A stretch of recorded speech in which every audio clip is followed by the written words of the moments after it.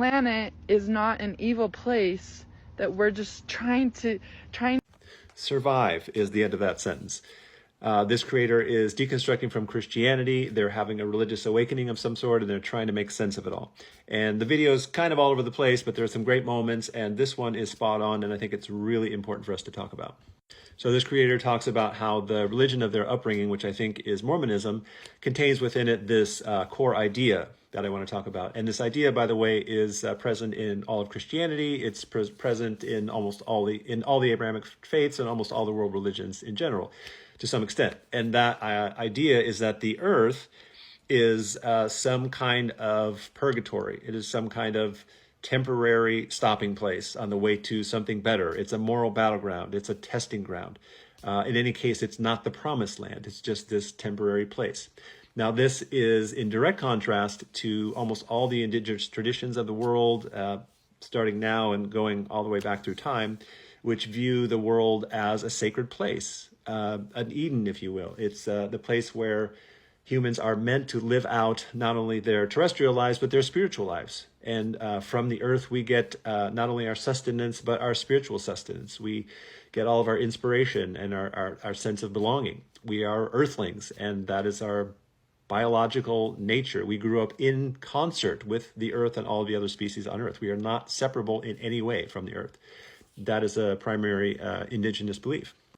So one could see how this worldview, it's literally a view of the world in which the earth is seen as expendable, not that important, not our ultimate concern, how that would play out over time. And in fact, that's what we're seeing manifesting as an ecological crisis. Not only is global warming accelerating faster than all the experts thought, but we're in the middle of a mass extinction event, which is also happening faster than all the experts had anticipated.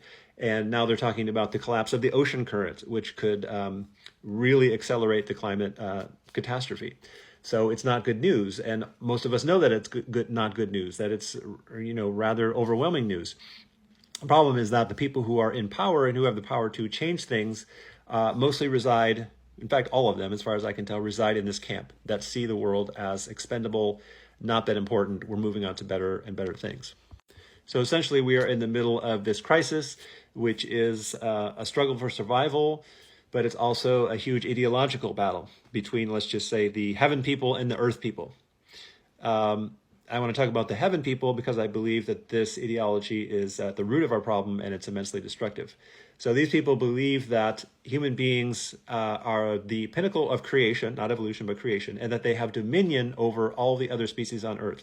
They are free to trash the Earth, to exploit it in any way that they want, because it has been given as a gift to them from God. Why you'd want to trash a gift, I really don't understand, but they believe that they are entitled to do so, and they are doing so.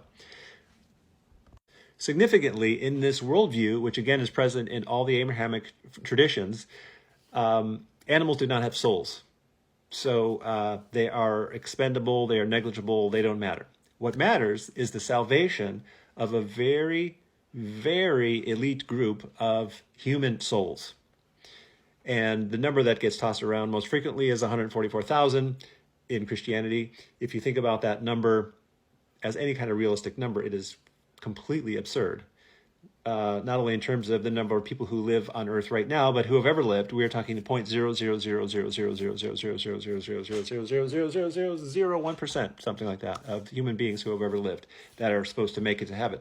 Now, the people who believe this, they don't care that this is a tiny, minute fraction of human beings, because they all believe that they are in the club, that they're going to make it to the next level, to the promised land.